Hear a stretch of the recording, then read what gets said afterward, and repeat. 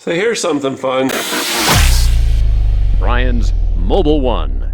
So here we've got a 2000 Toyota Camry. It's the 4-cylinder, a little 2.2 liter. It's got a pretty severe oil leak. You can see it's dripping in the pan about once per second or once every 0.8 seconds. Ah, it's bleeding to death! Along the bottom of it, it comes off the oil pan. You see the gasket's kind of smushing out. The gasket's just about toast. But where the oil's coming from is just along the oil pump here, all the way up the line. You see that yellow color. This is that same oil pump, and the oil was dribbling down through here and then off the end, all the way up the line and out of the timing cover. So my suspicion was that it was leaking somewhere in here. I gave it away. But yeah, it split the gasket right there, and that's what that leak was. So this is all floppy and loose. This is still attached. This is the pressure. It picks up from the bottom, pushes up through the top, I believe. It's crispy. If it didn't break here, it would have broke here. So I got a resealing kit, so we're going to do the seal here with a new soft supple seal. The idea is I just mark this pulley, and that way everything lines up fine. It shouldn't matter.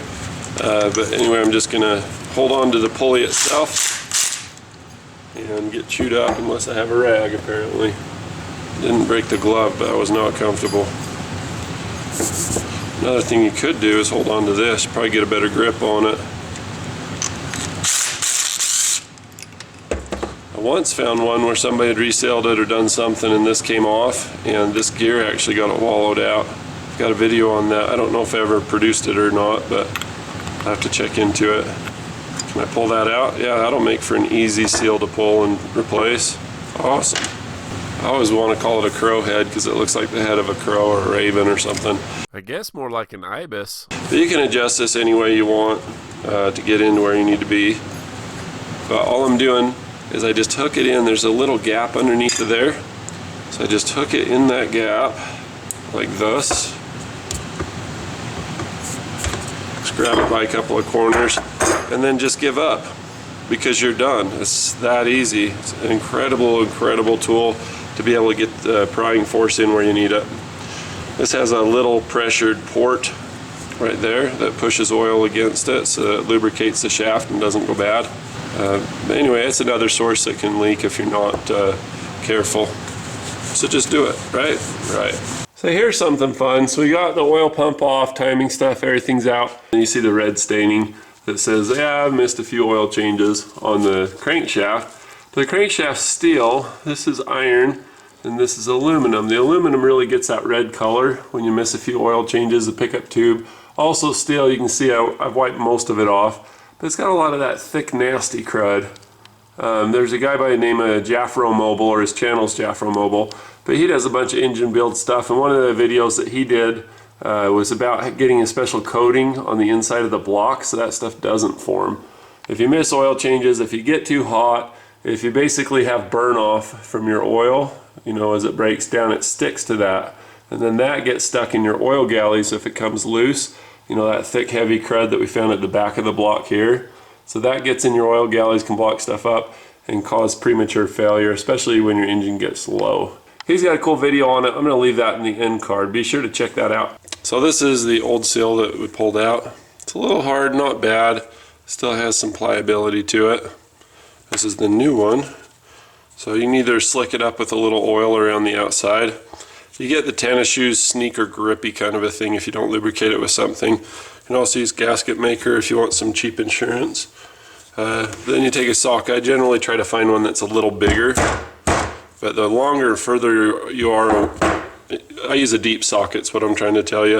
If you use a deep socket, it's higher off of the surface and it'll lean. You'll be easier to detect if it's level or not. But you want it to be totally parallel to the opening. And then I'll eclipse it, I'll hang it off the edge just a little bit, and that prevents me from driving it in too far. So there we go.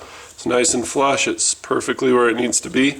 Then the next thing I'll do is I'll get a little bit of grease on my pinky and then put that on the shaft. That way when your shaft goes on, especially the shoulder, that top part around here, and that causes it to go in smoothly so that it doesn't tear or create any kind of issue. Get a little bit on the seal. This helps the seal last longer also, especially if you use a synthetic grease.